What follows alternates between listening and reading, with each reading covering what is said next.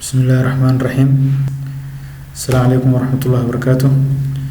maanta waxaan ka hadlayaa xanuunka baabasiirka ama bawaasiirta ama babaasiirta. qofku magaca ayuu yaqaanaa. waa xanuun muhiim ah. inta aan si fiican ugu guda galin aan horta ka hadlo dhowr qodob oo muhiim ah. qodobka ugu horeeya waxa waaye waxaan qiraynaa in xanuunkan uu yahay xanuun bulshada aad ugu badan. waa xanuun loo saareeyo cudur kasta oo ku dhaca futada ama dabada. waa xanuun laga aaminsan yahay khaladaad badan ama khuraafaad badan. waa xanuun laga xishoodo in daryeel loo raadsado. waa xanuun lagu sameeyo sancayn iyo farsamo dhaqameed. marka ugu horeyso waa maxay baabasiirka?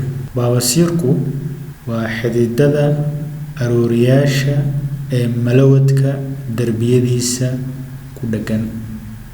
xididadaasi hawshoodu waxay tahay in dabada ay ka qaadaan qulqulka dhiigga ay ku shubaan xididada kale waaweyn oo beerka sii dhex mari doono kadibna wadnaha ku shubi doono.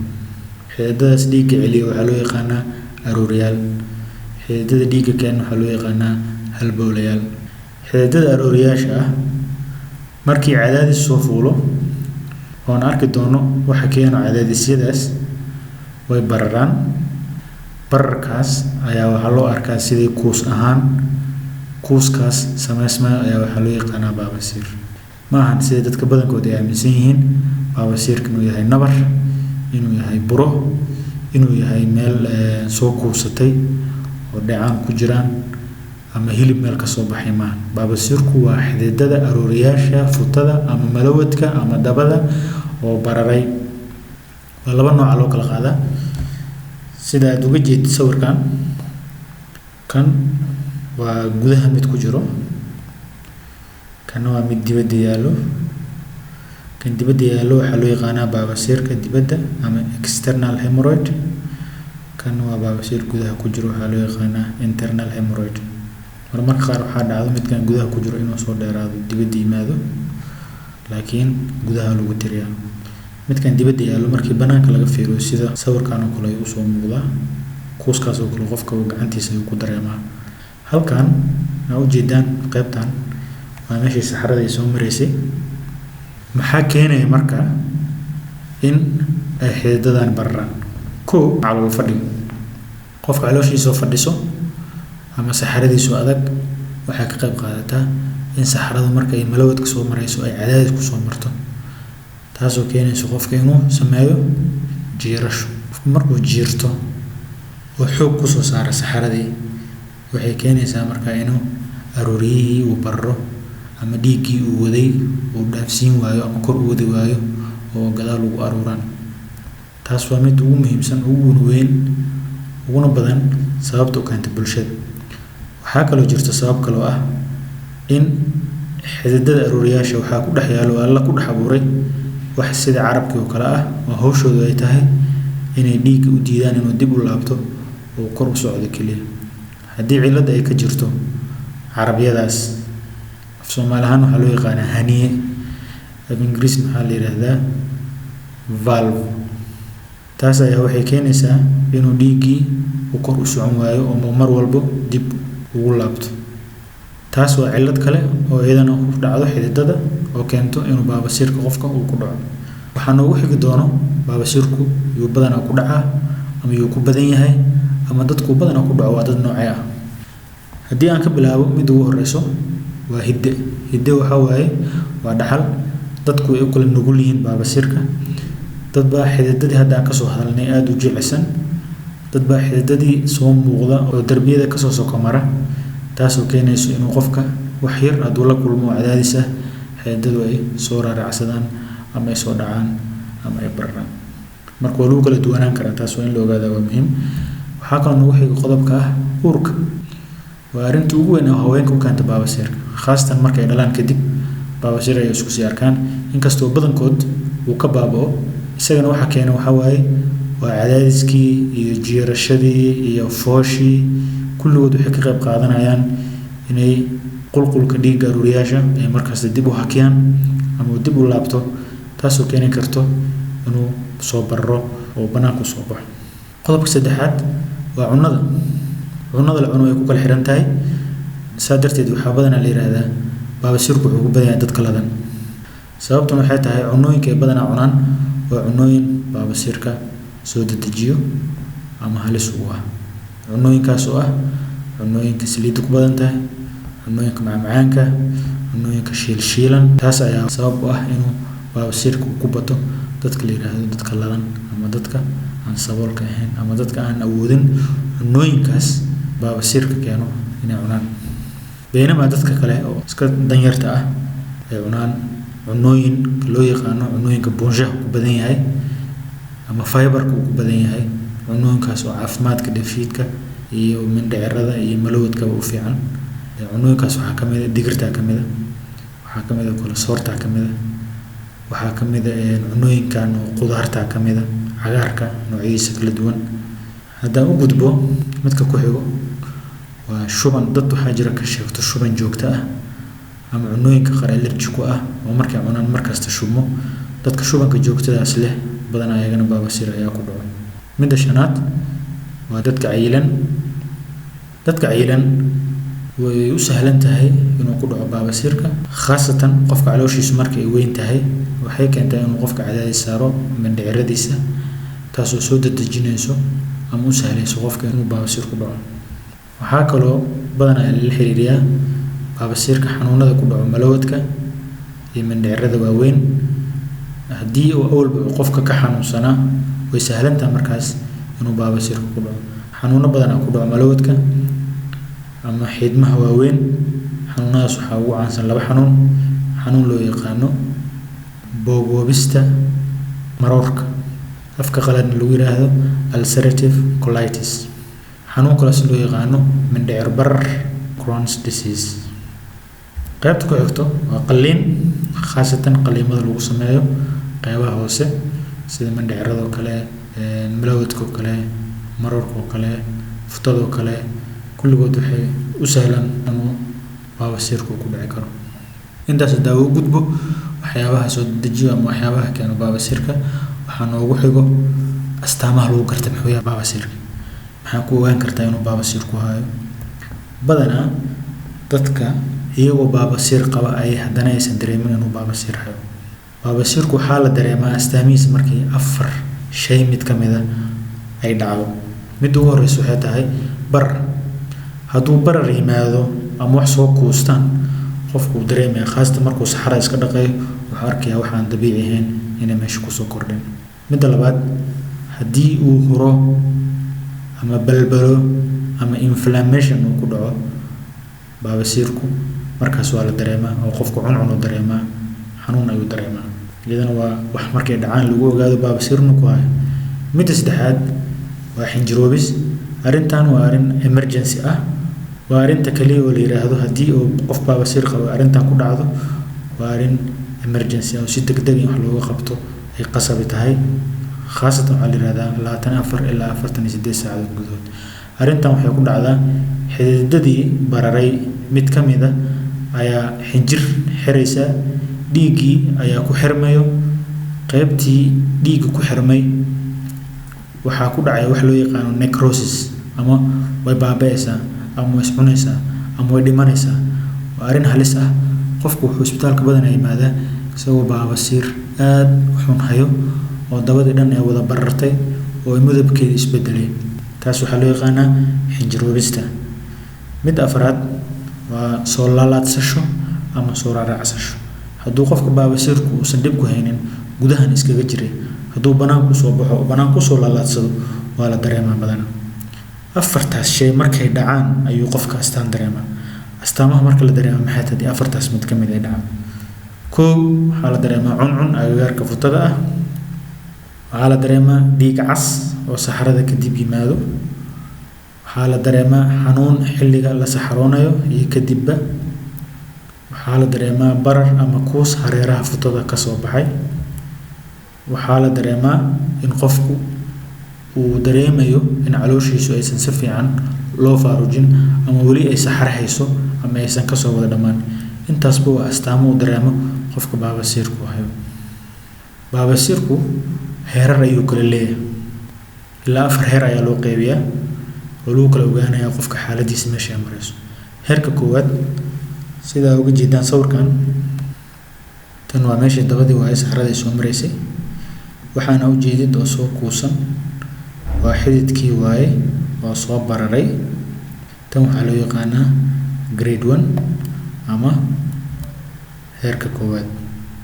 heerka koowaad qofka badanaa wax ma dareemo, way soo kuusan tahay kaliya, laakiin wax banaanka yaala maahan, wax qofka xanuun ku hayana maaha. waxaa noogu xigo grade 2 ama heerka labaad. sida u jeedid heerka labaad wuxuu usoo dhawaaday xaggii futada usoo dhawaaday, banaankana uu soo baxo. tani waxaa la dareemaa kaliya, qofka dareemaa markuu jiirto ama uu soo riixo wax ama wax cadaadiyo, banaanka ayay usoo baxdaa, waa la dareemaa. laakiin hadduusan qofku wax cadaadin ama uusan jiiran, badanaa lama dareemo oo gudahaas ayay iskaga jirtaa. taasi waa heerka labaad. heerka saddexaad waa kana banaanku yaalaa, laakiin wuxuu kaga duwan yahay kii hore. jiirasho uma baahno oo waad dareemaysaa, gacantaada ayaa ku dareemaysaa banaanka inuu yaalo, laakiin waxaad awoodaa inaad gudaha ku celisid oo fartaada ku riixdid, markaas gudaha ayuu ku laabanayaa. taasi waa heerka saddexaad. heerka ugu dambeeyo waa kana, waxaa loo yaqaanaa grade 4. waa kana isaga dhan banaanku yaallaa, gacanna kuma celi kartid, mana noqonayo, jiirasho uma baahno, banaankaasuu iska yaallaa. waa heerka ugu dambeeya waaye oo qofku uu kasoo lalaadaa. taasi waa heerka afraad. sababta lagu kala qeybiyo heerarkan waxay tahay, waxaa lagu kala ogaadaa qofka astaamihiisa, xaaladiisa caafimaad meesha ay marayso, iyo qaabka loo daaweynayo. saas darteed ayaa intaanu 4 qeybood lagu kala qeybiyey ama heerar. sidee lagu ogaan karaa marka qofka markuu dhakhtar u tago, dhakhtarku maxaa laga rabaa inuu sameeyo si uu u ogaado qofkan inuu baabasiir hayo? kow waa inuu horta dhakhtarku ogaado waxaan baabasiir ma yahay mase maaha. maxaa yeelay sidaan arki doono xanuuno badan ayay isku egyihiin oo badanaa la isku qaldaa. marka dhakhtarka waxa ugu muhiimsanaa ka faa'iidaysta waxay tahay waxaanay baabasiir ma yahay mase maaha. kasoo qaad waa la xaqiijiyey inuu baabasiir yahay, dhakhtarka aragtiyo ku gartay, wiisiteen ayuu ku gartay, waa baabasiir. kadib waa noocee? ma noocii gudaha ahaa, ma noocii dibadda ahaa? nooca gudaha laftirkiisa intaasoo nooca loo sii kala qeybiyaa. ma noocii gudaha oo banaanka usoo laalaasaday, ma noocii gudaha oo meesha iskaga jiray, dhinaca uu ku yaalo waa halkee? taasna wiisiteenta ayaa lagu gartaa nooca uu yahay baabasiirka. kadib waxaa ku xigo tallaabada saddexaad, heerkuu joogo. waa heerarkii hadda aan soo sharaxnay inuu dhakhtarka markaas ogaado. heerka oo la ogaado waxay ka caawinaysaa dhakhtarka daaweyntaada iyo qaabka loola tacaali lahaa inuu go-aan ka gaaro. intuu dhakhtarka baaritaanka uu sameynayo oo aad la joogtid, waxyaabo badan uu kaa baari doonaa, dhiiguu kaa qaadi doonaa, wiisiteen ayuu kugu sameyn doonaa. laakiin wax muhiima waxaa jira oo ah qalab la adeegsado oo badanaa lagu fiiriyo, xagga dabada lagu fiiriyo oo lagu ogaado baabasiirka gudaha ku jirto, heerka ay joogto, nooca ay tahay, inta xabbe ay tahay, tafaasiisheeda lagu ogaado. waana qalabyadan sida sawirka ka muuqdo. kan koowaad, kan ugu koreeyo waa midkaas gaaban oo ilaa 10 sentimitirka ah, waxaa loo yaqaanaa anoscope. waxaa lagu ogaadaa kaliya futada, meel fog uma gaarsiisna. kan ku xiga waxaa loo yaqaanaa proctoscope, xoogaa uu ka dheer yahay, waxaa lagu ogaadaa ilaa maroorka. kan ku xiga waxaa loo yaqaanaa rectoscope, waxaa lagu ogaadaa ilaa malawadka. waa qalabyo aad loo adeegsado oo ay dhakhaatiirta adeegsadaan markii baabasiirka la rabo in warbixin dheeraada laga ogaado. waxaa noogu xigta marka xanuunada lagu qaldo baabasiirku maxay yihiin. kow, xanuunka ugu horeeya waxaa loo yaqaanaa fistula, afka qalaadna waxaa lagu yiraahdaa fistula. haddii aan isku dayo inaan idin fahansiiyo, sawirkan aad u jeedaan waa sawirkii dabada, meeshay saxarada soo maraysa waa tana, halkaana usoo baxaysay. meeshaan u jeedid oo dhibcaha buluuga leh iyo meeshaan u jeedid oo dhibcaha buluuga ah leh oo ay kasoo ciriirsantay dabadii, waxaa ku yaalo wax loo yaqaan sphincter. waa wax sida faraati oo kale oo elastic ah oo hawsheedu ay tahay markuu qofka saxarada soo saaro inay cadaadisanto, aysan waxna ka soo bixin, waxna aysan gelin, oo wax xiran ay u ekaato. murqaha intuu ku yaalo isku soo jiidayo waa elastikada dabada. badanaa baabasiirka gudaha ku dhaco wuxuu ka dhacaa meeshaas aan hadda tilmaamayo iyo meeshaas oo dhinaca kale hadda aan tilmaamayo. Baabasiirka dibaddana wuxuu ka dhacaa meelahan ayuu badanaa ka dhacaa. Xanuunada lagu qaldo sidaa idiin sheegay number 1 waa kana waxaana ujeedid waa marin samaysmay meeshii la rabay halkan saxarada inay soo wada marto. Meeshan ayaa waxaa ka samaysmay marin gooni ah oo maqdabada aan ahayn ama saxarada meesha ka soo baxda dhinaceeda iyo waxa isku xiriirsan malawadka ayaa isku xiriirsan. Marka saxarada markay soo baxayso dhacaankii ama saxarada wax kamid halkan ay soo galaysaa, halkan ay ka soo baxaysaa. Qofku markuu wuxuu dareemaa in saxarada meesha ay ka soo baxay dhinaceeda nabar ku yaalo oo dhacaan leh inuu arko ur badan oo uu dareemo. Taas waxaa loo yaqaanaa fistula. Baabasiir shaqo kuma laha. Sida loo daaweynayo way ka duwan tahay. Kan noogu xigo waxaa loo yaqaanaa futodilaac waa anal fissure. waxaas ujeedid sida sakiinta lagu jaray oo kale waa dilaac ku yimid meesha saxarada ka soo baxaysay. meeshaas oo magaca ka yimid anal fissure-ka ama futodilaaca. badanaa wuxuu ka dhashaa haddii ay aad u kala jiidanto plastikada waxay keentay inuu dilaac yar galo oo aan aad loo dareemeynin. iyadana waa xanuun lagu qaldo baabasiirka shaqana aan ku lahayn. badanaa qofku wuxuu dareemaa markuu saxaroonayo kaliya ama saxarada soo baxayso meel sakiin lagu jeexam loo dareema ama xanuun. wax barar malan wax kuusa malahan dhiig, laakiin wuxuu qofku dareemaa dhiig cas ayaa saxarada ka dambeeya u arkaa ama la socdaba ama saxarada dhinacyada kaga yaala. midda saddexaad waxaa loo yaqaanaa anal abscess ama malax ku samaysantay marinkii hore ah hadaad idiin sheegay. waa marin sidii kii hore oo kale oo fistuladaha oo samaysmay oo banaanku soo baxay, laakiin sida kan oo kale nadiif maahan. kan waxa waaye waxba isku xiraya kasoo qaad jab yar oo wasakh ah soo gasho saxarada kamid ah isku xirtay meeshii caabuq ay qaadaysaa malax ayaa galaysa. qofka markuu uu dareemo xanuun ziyaada ah dabada kuma fadhiisan karo. taas waxaa loo yaqaanaa anal abscess. qofka markuu ku sharxay wuxuu ku leeyahay meesha saxarada ka soo baxday dhinaceeda meel yar oo kuusan oo aad ii daqnanaysaan ku leeyahay oo marmarka qaar dilaacdo dhacaana ka yimaado nadiif ay noqotaa muddo haddana ka soo wareegato haddana way soo kuusataa haddana way dilaacdaa. taas waxaa loo yaqaanaa anal abscess. iyadana waa xanuun kale oo lagu qaldo baabasiirka. intaas hadaa uga baxo xanuunadii baabasiirka lagu qaldaa waxaa noogu xigo waxyaabo badan oo dadka aaminsan yihiin laakiin baabasiirka aana shaqo ku lahayn ama waxaa u taqaanid khuraafaad.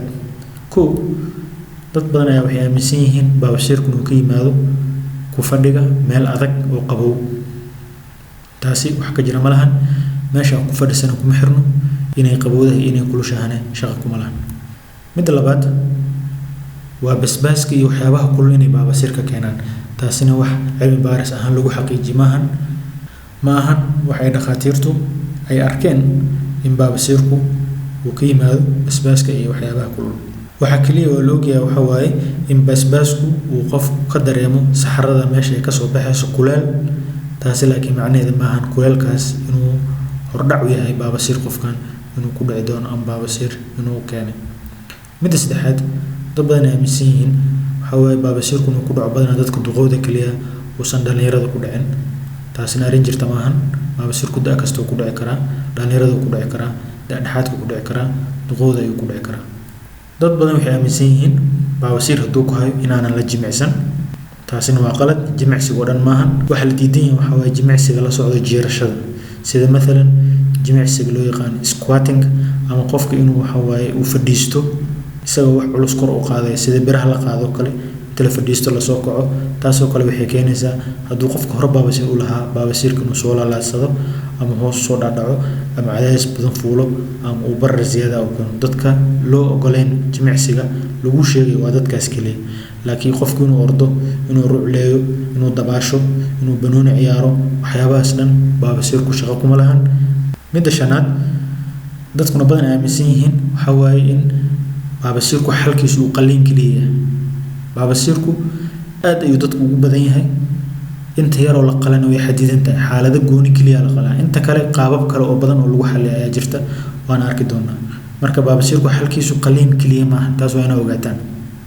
midda ku xigto dad badan oo dhahayn aan arkay waa baabasiirku inuu kansarka xiriir la leeyahay taasi shaqo kuma lahan baabasiirku kansar xiriir lama lahan shaqana kuma lahan midda ugu dambeyso aadna ay bulshadu u aaminsan tahay khaasatan raggu ay aad uga cawdaan waa inay yiraahdaan baabasiirku wuxuu keenaa hamiyari ama kacsiyari taasina arrin had cilmiyan ama scientific ahaan arrin jirta maahan baabasiirku iyo qofka dareenku dareemayo xagga jinsiga ah xiriir islama lahan badana hamiyarida la dareemo si nafsiyan ah ayuu qofka iskaga dhaadhicin karaa laakiin hadda qaab la og yahay ama la arkay ama la fasiri karo oo labadaas xaaladood xiriir ka dhaxaysiin karto ilaa hadda lama hayo saa darteed baabasiirku inuusan xiriir la lahayn dareenka qofka ayaa la isku waafaqsan yahay sidee loo daaweeyaa baabasiirku hadduu qofka isku arko laba qayb aan u kala qaadaynaa qaybta koowaad waa daaweyn qaybta labaadna waa qalliin daaweyntu waa dhowr qayb badanaa waxaa lagula taliyaa qofku markuu baabasiir isku arko inuu badsado qubays diiran inuu qofka ku qabaysto biyo kulul maalintii waxaa la yidhahdaa 3 ilaa 4 jeer taasi waxay ka caawinaysaa leeyahay xididada dhiigga soo galay ama dhiiggu uu ka buuxsamay inay fidaan oo dhiiggu meesha ka baxo xataa waxaa la yidhahdaa qofku inuu ku fadhiisto biyo kulul weel biyo kulul ku jira inuu ku fadhiisto taasna waxay ka caawin kartaa inuu dhiiggii furfurmo xididadii ay dhiiggii dib u celiyaan arooriyaashii ay firfircooni ka qaadaan midda labaad qofku waxaa lagula taliyaa inuu cunno ay buunshadu ku badan tahay ama cunno buunsho leh taasi waxay ka caawinaysaa qofka saxaradiisa inay jilicdo waxay kaloo ka caawinaysaa qofka inuu baabasiirku uusan hadduu qabo uusan uga sii darin sidoo kale cabitaanka biyaha badan wuxuu ka hortagaa laguna daaweeyaa baabasiirka qodobka saddexaad waa daawooyin loo adeegsado saxarada in lagu jilciyo waa daawooyin loo adeegsado xanuun baabiye oo u badnaan karaan kareemyo ama dhiiqo la mariyo meesha saxarada ay ka soo baxdo qofka xanuunka uu ka dareemayo midda ugu dambeysa waa daawooyin hadda la isticmaalo midda ugu horeysa waxaan u bixiyay arooriye xoojiye waxaa loo yaqaanaa philbotonic hawshoodu waxay tahay xididadii arooriyaasha ee dabcay inay xoojiyaan ay adkeeyaan si awood ugu yeeshaan dhiigga soo galay inay dib u saaraan waa daawooyin la aaminsanaan jiray ilaa muddo waxtarkoodu inuusan saa u sii weyneyn laakiin dhowr cilmi baaris oo la sameeyey uguna muhiimsanaa cilmi baaris lasoo daawacay sanadkii 2012 waxaa la ogaaday in isbeddel fiican ay keeni karaan saa darteed dhakhaatiirtu sanadahan aad ay u adeegsadaan daawadaas waxaa kaloo ku jiro daawooyinka la adeegsado wax loo yaqaano lithuria ama anti-inflammatory waa daawooyin iyadana ka hortaga bararka baabasiirka waxay kaloo ka hortagaan cununka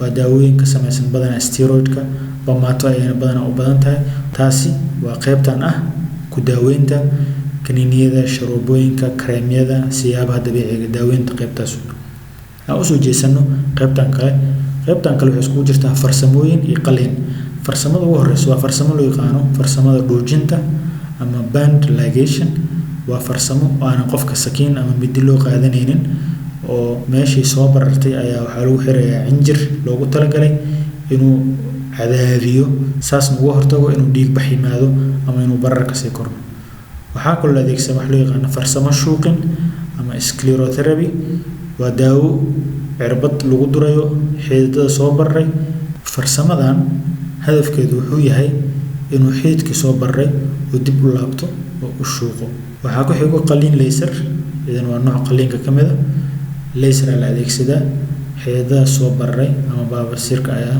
lagu qalaa waxaana badanaa dhakhaatiirtu ay sheegaan 98% qaliimada noocan oo kale inay yihiin qaliimo lagu guuleysto kan ugu dambeeya waa qalliinka goynta ah oo badanaa la isticmaalo kaasoo isagana dhowr nooc si kala leh qalliinka waa qalliinka badanaa la qaato sakiinta ama midida la qaato oo qalliinka caadiga ah oo aad taqaaneen intaas hadda uga baxna daaweyntii oo aan soo koobay haddii aan dhahan xanuunkan wax kasta aan ka sheegno lama soo koobi karo saa darteed waxaan isku dayi doonaa inta ugu muhiimsan oo ay bulshadu ay ka faa'iideyso wacyigelin buuxdan ay ka helayso inaan kusoo aruuriyo fiidiyoyadan taxanaha ah oo aan idin soo diyaarin doono insha allah waxaan kusoo gabagabeynaa casharkan talooyinka midda ugu horeysa waxay tahay ha iska daaweynin baabasiir aan dhib kugu haynin dhakhaatiirtu aqoonta u leh xanuunada waxay isku waafaqsan yihiin in aanan baabasiir dhib ku haynin qof inaanan la farafaraynin inaanan waxna lagu samaynin. Sababtuna waxay tahay waxaa la aaminsan yahay lana arkay dadka badanaa baabasiirka ku dhaca inay si dabiici ah iskaga baaba'aan iyadoo waxna loo adeegsanin. saa darteed in fursad la siiyo jirka bini'aadamka inuu si dabiici ah isku daaweeyo oo isku caawiyo. qodobka labaad, ka fogow sancaynta iyo qaliimada dhaqameedka ama qaliimada lagu sameeyo farmasiyada iyo geedaha hoostooda. baabasiirku wuxuu ka mid yahay xanuunada badan ay Soomaalidu iska sancayso. dhibaato badan waa lagala kulmaa. mushkilaadka ugu badan oo dhaca waxay tahay plastikadii dawada oo hawsheedu tahay qofka inay saxarada u celiso ayaa badanaa qaliin ama sancayn darteeda dhaawac ku gaara. haddii ay plastikadaas uu dhaawac gaaro ma bogsanayso, maxaa yeelay qofka markasta uu saxaroodo ama saxar ay qabato way kala tegaysaa meeshii dhaawac ahayd dib ayay u dilaacaysaa. waa meelaha badanaa la yidhaahdo hadduu qofka dhaawac ka gaaro ma bogsato, maxaa waa meel loo baahan yahay, qofku ma joogi karo saxaro la'aan. marka haddii meeshaas ay dhaawac tahay ma bogsanayso. haddii ay sidaa iyada u kala qaadan ay ku raysatana qofka waxaa ka dhumaysa awooddii uu saxarada ku ceshan lahaa. taas waa dhib ugu weyn ay dadku kala kulmaan sancaynta. waxaan kula talin lahaa bulshada hadduu baabasiir ku hayo ogow horta waxaan baabasiir ma yahay mase ma ahan inta aadan sancayn iyo qaliin dhaqameed aadan doonan. marka ogaato baabasiir inuu yahay dhibku uu kugu hayo intuu la egyahay fiiri. hadduu dhib weyn uusan kugu haynin habab dabiici oo badan ayaa jiro oo qaarkood aan soo xusnay. fursad sii jirkaaga haddii aad aragtid inuu ka soo darayo ama isbeddel uu imaan waayo markaas la kaasho qof aqoon u leh oo jirka meeshaas cilada ku dhacday qaybaheeda kala duwan yaqaano oo meesha laga qalayo iyo meesha la iska ilaalinayo garanayo. taasi waa talo.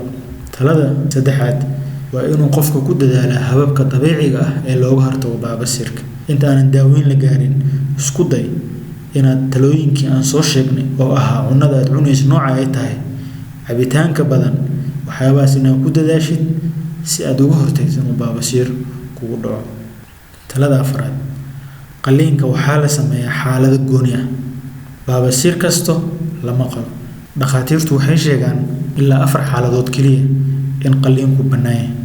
1. haddii qofka daaweyntii qaabkii dabiiciga ahayd ama kaniiniyadii uu qaatay ama kareemyadii uu isticmaalay ay wax ka tari weysay oo xaaladiisa ay kasoo dartay markaas qaliin waa loo sameyn karaa. waxay kaloo dhakhaatiirtu isku waafaqsan yihiin baabasiirka heerka 3aad iyo heerka 4aad oo aan soo sharaxnay in qaliin lagu sameyn karo, laakiin heerka 1aad iyo heerka 2aad inaan qaliin lagula degdegin. waxay kaloo dhakhaatiirtu isku waafaqsan yihiin haddii qofku baabasiir kula socoto dhib kale sida fiiskuladii aan ka soo hadalnay. mid 4aad waa haddii uu bukaanku isaga codsado.